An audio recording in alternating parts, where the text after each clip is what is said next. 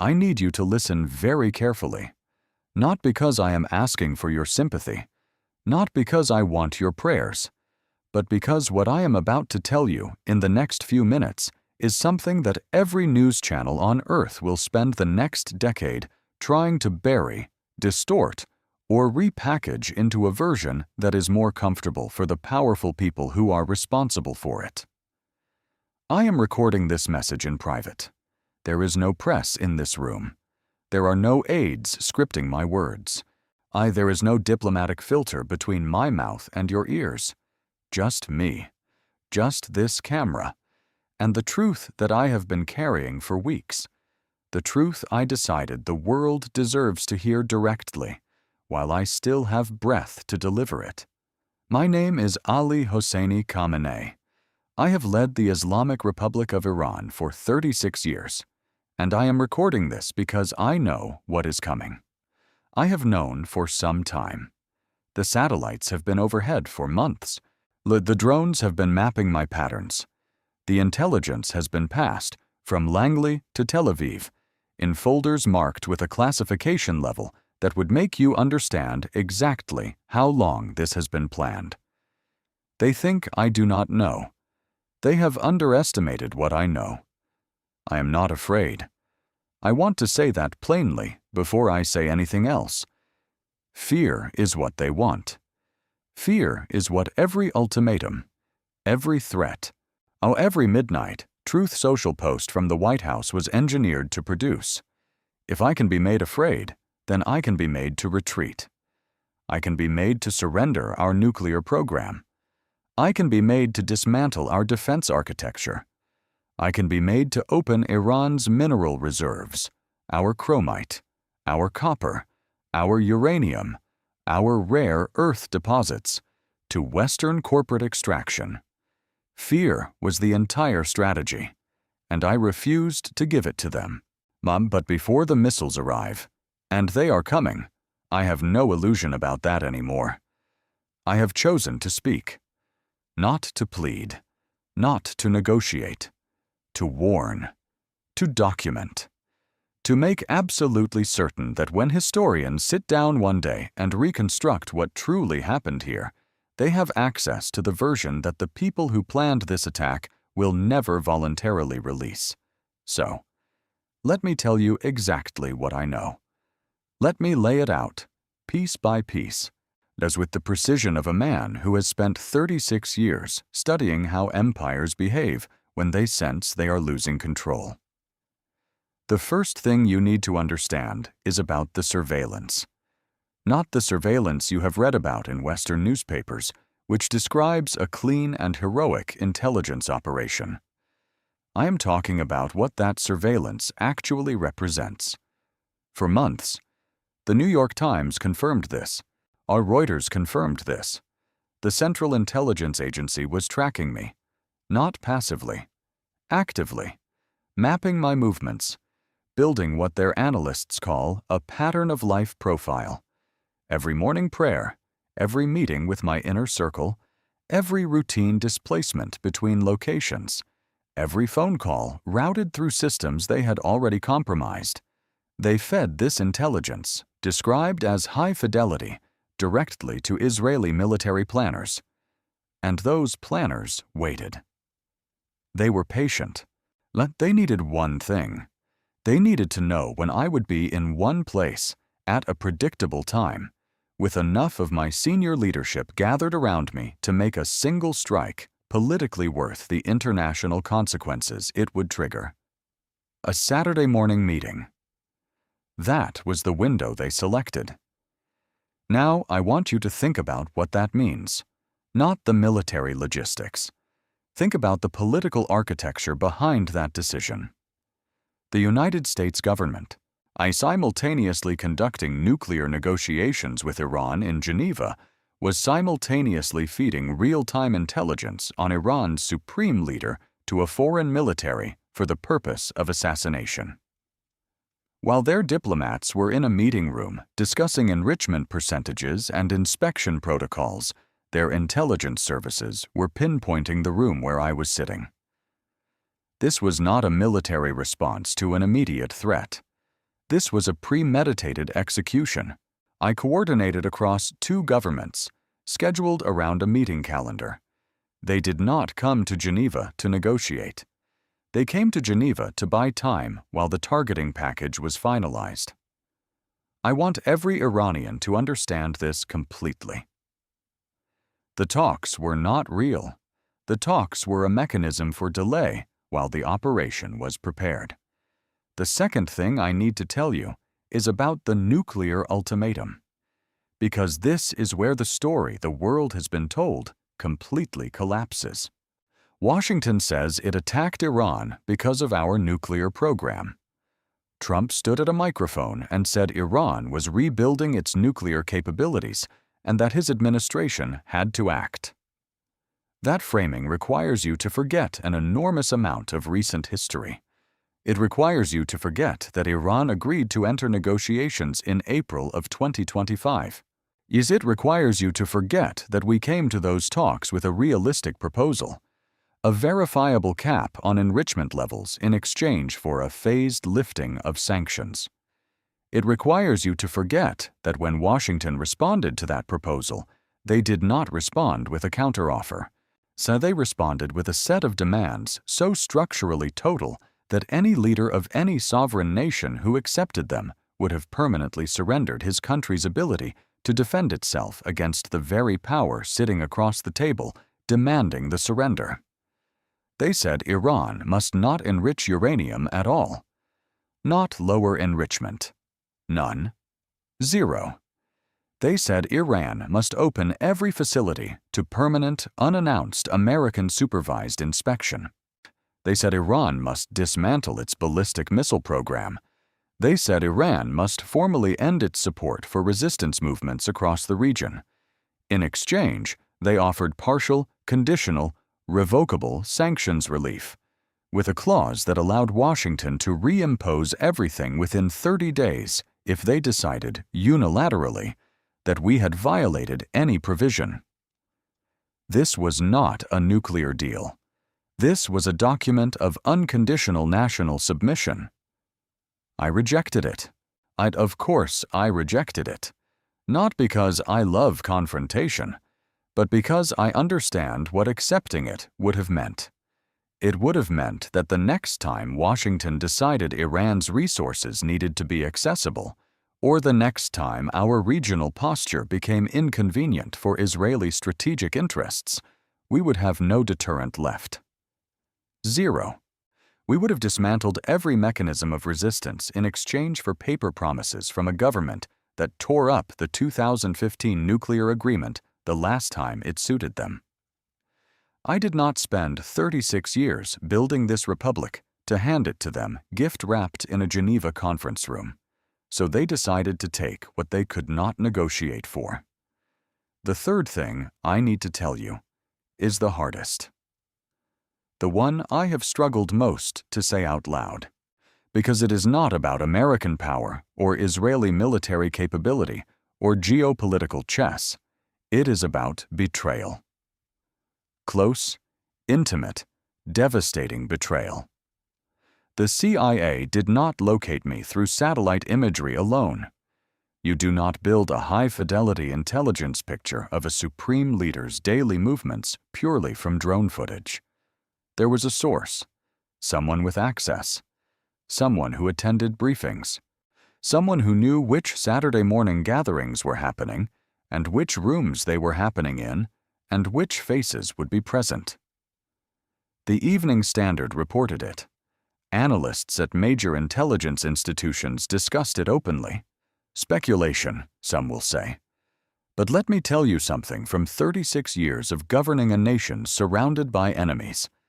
When a covert operation achieves the level of precision that this one achieved, timing it for the exact window when my most trusted lieutenants were present, including Shamkhani, including my most senior advisors, that precision does not come from satellites.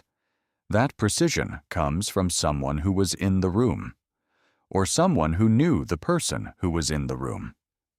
The Islamic Republic was not only struck from above on that morning, it was struck from within. And that wound, The wound of internal betrayal is the one that will require the most careful reckoning when Iran rebuilds. I want to address that person directly. You know who you are. I want you to understand something.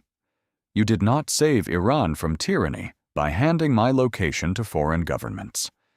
You did not liberate your people by facilitating an assassination conducted by the same forces that have imposed decades of sanctions on ordinary Iranian families who could not afford medicine, who could not access basic financial systems, who were punished by Washington for the crime of existing inside our borders. You handed the keys of your country to people who do not view Iranians as citizens deserving of sovereignty. They view us as a population to be managed once the inconvenient leadership is removed. Whatever they promised you, protection, money, a future in a Western capital, they will not honor it. They never do. The fourth thing I want to tell you is about what I built, not for the purpose of asking you to preserve it exactly as it stands. Not every decision I made deserves preservation. Some of my decisions carry weight that I acknowledge in the silence of my own conscience. But I want you to understand the architecture I constructed and why I constructed it, so that whatever comes after me is built with the full clarity of what was actually at stake during these 36 years. The axis of resistance, the network of alliances, yet the partnerships with Hezbollah, with Hamas, with the Yemeni resistance, with our friends in Iraq and Syria, was never primarily about projecting Iranian power. Every Western strategist describes it that way because that framing serves their narrative. The honest description is this: it was a distributed deterrence system. It was my answer to a strategic reality that I recognized from the very first years of my leadership. Iran is a country sitting on vast resources, in a region desired by multiple powerful external actors, surrounded by American military installations on every side, subject to the most severe unilateral sanctions regime in modern history. In that environment, what does survival look like? It looks exactly like what I built. It looks like making the cost of attacking Iran so geographically distributed, so strategically diffuse, so difficult to surgically eliminate, that any adversary considering a strike has to calculate consequences not just in Tehran, but in Beirut, in Sana'a, in the waters of the Red Sea, in the streets of Gaza, in the mountains of Iraq. That was the logic.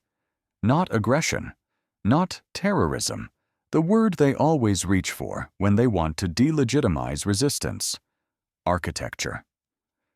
Cold, considered, strategically rational architecture designed to make a small nation survivable in a world where small nations without deterrence get absorbed.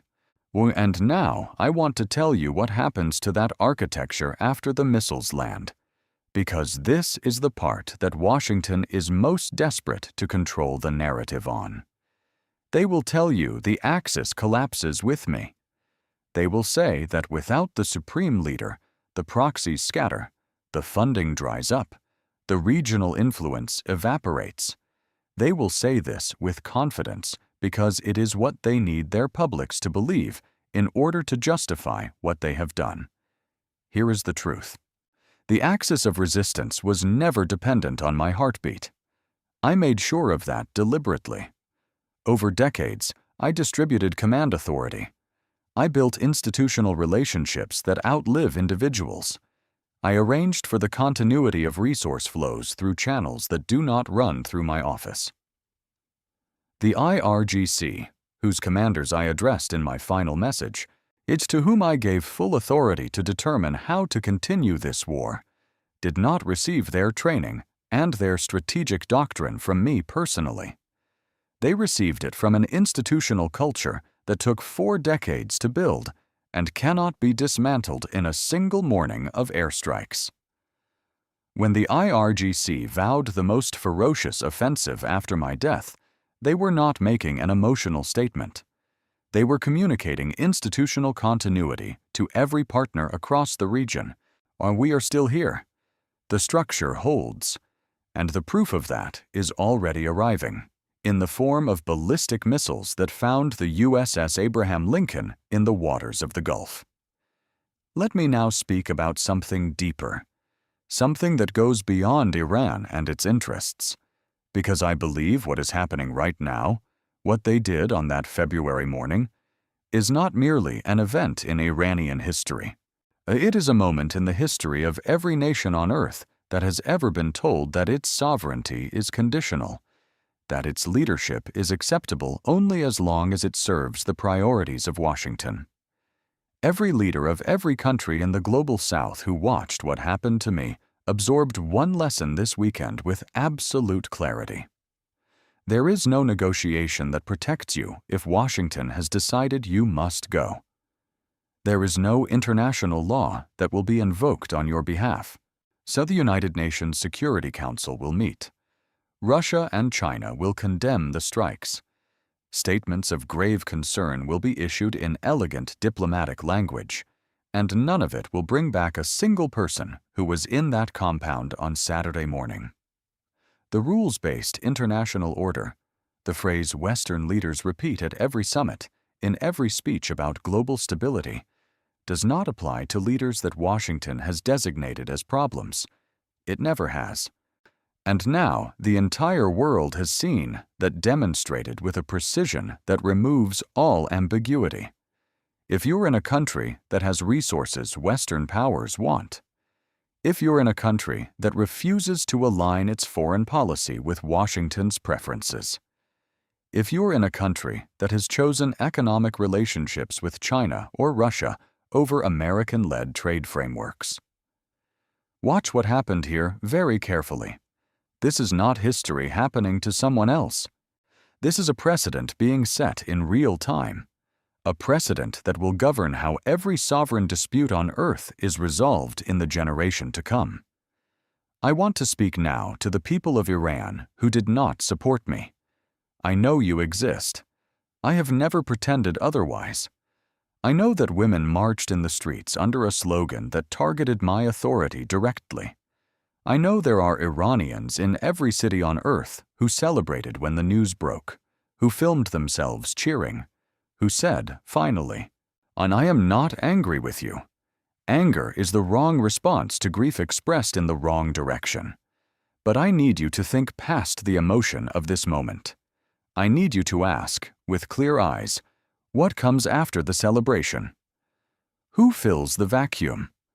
What external power is already positioning itself to shape the transition? What deals are being made right now, in rooms you are not in, about the future of your country's resources, your country's strategic alignment, your country's place in a regional order that is being redrawn as you watch the celebrations online? The people who killed me are not planning to give Iran back to Iranians. They are planning to give Iran back to a version of governance that is compatible with their interests. There is a difference between those two things, a profound difference. And the cost of not understanding that difference will be paid, eventually, by the same ordinary Iranian families who have been paying costs for 47 years. I have one final thing to say. And I want to say it as plainly as I have ever said anything in my life. I was told, through channels that I will not identify, that if I agreed to 4 specific conditions, full cessation of uranium enrichment, complete dismantling of our ballistic missile program, termination of all financial support to regional resistance partners, and opening of our mineral sector to American corporate joint ventures, the operation would be called off. Not paused, called off. I was given 72 hours to signal my acceptance through an intermediary. I did not accept. Not because I am reckless, not because I cannot calculate the cost of refusal. I did not accept because accepting those 4 conditions would not have protected Iran. It would have removed every instrument Iran possesses to protect itself and returned nothing durable in exchange. A country that dismantles its deterrent at the demand of the country, pointing a weapon at it, is not a country that made a deal. It is a country that surrendered. And a country that surrenders without a war is occupied as completely as a country that loses one. It just takes longer for the occupation to become visible. I refused because Iran is not for sale. My body held little value. I have been saying that for years, and I meant it every time. What has value? What cannot be struck from the air? What cannot be burned in a compound in Tehran? What cannot be negotiated away in a Geneva conference room or erased from a Truth Social post, is the idea that a people have the right to determine their own future, to choose their own leadership, to manage their own resources, to define their own place in the world without asking permission from Washington or Tel Aviv or any other capital that has decided it is entitled to make those decisions on their behalf. That idea did not die on February 28th. It was ignited. I have given the IRGC full authority. The resistance architecture is intact. The partners are mobilized. The missiles are already in the air. And every nation watching this moment is now conducting its own calculation about what kind of world they want to live in. The one where might makes right and sovereignty is theoretical, or the one where the principles they claim to believe in are actually worth defending. This recording was made to survive me. It was made to be the version of events that could not be bombed, could not be classified, could not be spun by a press office into a different shape. Share it before they take it down, is because they will try. And when they do, when they label it dangerous, when they flag it, when they censor it, ask yourself one question. What exactly are they afraid of you knowing?